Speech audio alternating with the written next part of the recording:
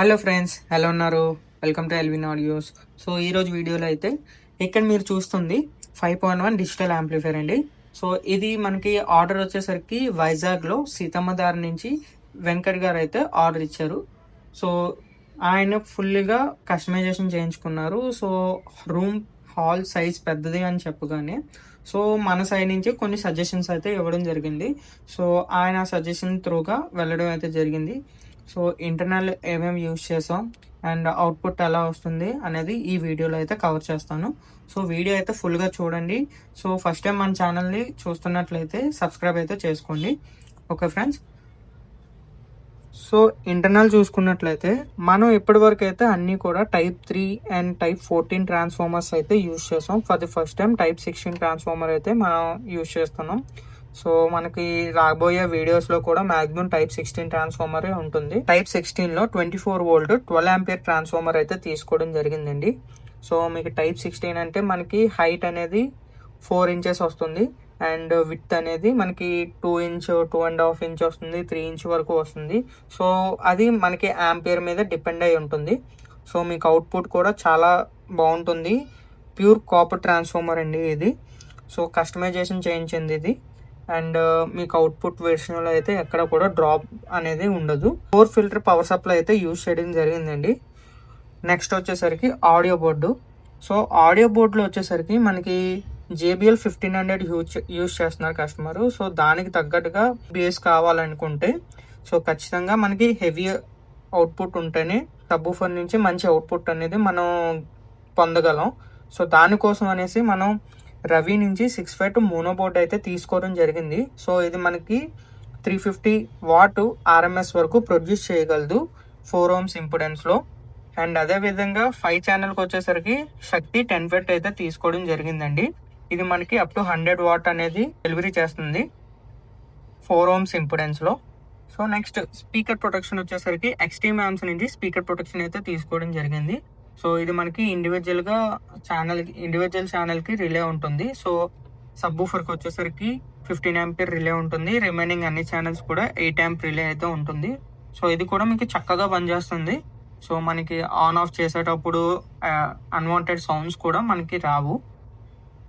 And మనకి bug boards వచ్చేసరికి fan కోసం, లైటర్ కోసం అయితే యూజ్ చేయడం జరిగింది. అండ్ రిమోట్ కిట్ వచ్చేసరికి FT004D ఎక్సోబేస్ రిమోట్ కిట్ అయితే యూజ్ చేయడం జరిగిందండి. సో మనకి దాంతో కాంపాక్టబుల్గా అయ్యేది FT003 అండి.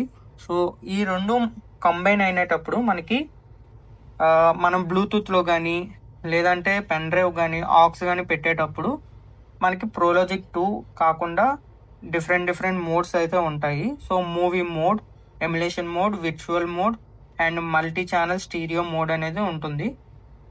సో ఈ మోడ్స్ అనేవి ఓన్లీ ఈ కిట్ తోటే ఆపరేట్ అవుతున్నాయి. సో మనకి ఏంటంటే DTS డాల్బీ కూడా సపోర్ట్ చేస్తుంది. ఇది వచ్చేసరికి మనకి వెర్షన్ 2 బోర్డ్ అయితే సాఫ్ట్వేర్ వెర్షన్ వచ్చేసరికి 3.5 అనమాట. సో ప్రజెంట్ అయితే మార్కెట్లో రన్నింగ్ అవుతున్న మోడల్. అండ్ రిమోట్ కిట్లో కూడా మనకి లేటెస్ట్ వెర్షన్ తీసుకోవడం జరిగింది. అండ్ సబ్ ప్రీ వచ్చేసరికి ఎక్స్ట్రీమ్ యాంప్స్ నుంచి 24 వోల్ట్ డ్యూయల్ సప్లై ఉన్న సబ్ ప్రీ అయితే తీసుకోవడం జరిగింది. సో ఇది మనకి ఓవర్ గెయిన్ ఉండదు అండ్ ఫ్రీక్వెన్సీ కంట్రోల్ కూడా ఉంటుంది. అండ్ కూలింగ్ పర్పస్ కోసం అయితే 2 ఫ్యాన్స్ అయితే యూజ్ చేయడం జరిగింది. సో వీటి యొక్క RPM కూడా డౌన్ చేసాం. అండ్ రిమోట్ కిట్ కోసం అయితే ఇక్కడ అడాప్టర్ అయితే యూజ్ చేయడం జరిగింది. సో మెయిన్ మనం ఏ యాంప్ చేసినా కూడా ఒక టెక్నీషియన్ మెయిన్ చూసుకోవాల్సింది సేఫ్టీ అండి. సో సేఫ్టీ పర్పస్గా మనం ఇప్పుడు కూడా ఖచ్చితంగా 100% మనం చేసిన ప్రతి యాంప్లో కూడా ఫ్యూజ్ అనేది మస్ట్ అండ్ షుడ్గా యూజ్ చేస్తాం. ఫ్యూజ్ ఉంటే మీకు ఎప్పుడైనా సరే ట్రాన్స్ఫార్మర్లో పవర్ సెక్షన్లో ఎటువంటి కంప్లైంట్ వచ్చినా కూడా ఫ్యూజ్ అనేది బర్న్ అయిపోయి మీకు సెట్ అనేది సేఫ్గా ఉంటుందన్నమాట. సో వైరింగ్ అంతా ప్రాపర్గా చేయడం జరిగింది.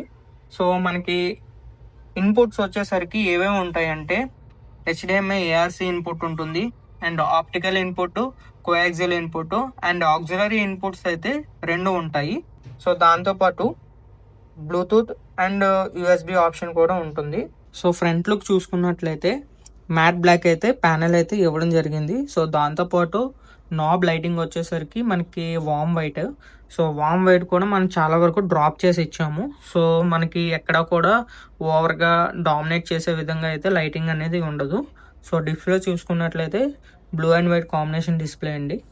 సో ఇది ఓవరాల్గా ఫ్రంట్ లుక్ అయితే. అండ్ స్పీకర్ బాక్స్ వచ్చేసరికి 6.5 ఇంచ్ డ్రైవర్స్, సెంటర్కి వచ్చేసరికి 6.5 ఇంచెస్ డ్యూయల్ డ్రైవర్ వస్తుంది, 4 ohms impedance. So front left రైట్కి వచ్చేసరికి 6.5 ఇంచెస్ ఊఫర్ అయితే ఇవ్వడం జరిగింది. సరౌండ్స్కి వచ్చేసరికి 6.5 ఇంచెస్ ఫుల్ రేంజ్ అయితే ఇవ్వడం జరిగింది. సెంటర్ బాక్స్ తప్ప రిమైనింగ్ అన్ని స్పీకర్స్ కూడా మీకు 8 ohms ఇంపిడెన్స్తో అయితే రన్ అవుతున్నాయి. సో మనకి యాంప్లిఫైర్ మీద కూడా ఎటువంటి లోడ్ అయితే పడదు. సెంటర్ ఒకటే మాత్రమే మనకి 4 ohms ఇంపిడెన్స్ వస్తుంది. అండ్ సబ్ ఊఫర్ వచ్చేసరికి JBL 1500 వాట్ అయితే సబ్ ఊఫర్ ఇవ్వడం జరిగింది. బ్యాక్ ఫైరింగ్ సబ్ ఊఫర్ అనమాట. సో చూసుకున్నట్లయితే ఇది బ్యాక్ ఫైరింగ్ సబ్ ఊఫర్ అనమాట, JBL 1500. మీకు కూడా ఇలాంటి కస్టమైజ్డ్ యాంప్లిఫైర్ కావాలి అనుకుంటే సో వీడియోలో కనిపిస్తున్న మన నెంబర్కి అయితే కాంటాక్ట్ అవ్వండి. అండ్ అదేవిధంగా మన ఛానల్ అయితే సబ్స్క్రైబ్ అయిపోండి, మన ఇన్స్టా పేజ్ని కూడా ఫాలో అవ్వండి. We need DNA from the 3 biggest dinosaurs. Do we have to get a sample from an egg? I suppose we could try and get it from the parent, but they're a flying carnivore the size of an F-16. Maybe we should make it quick.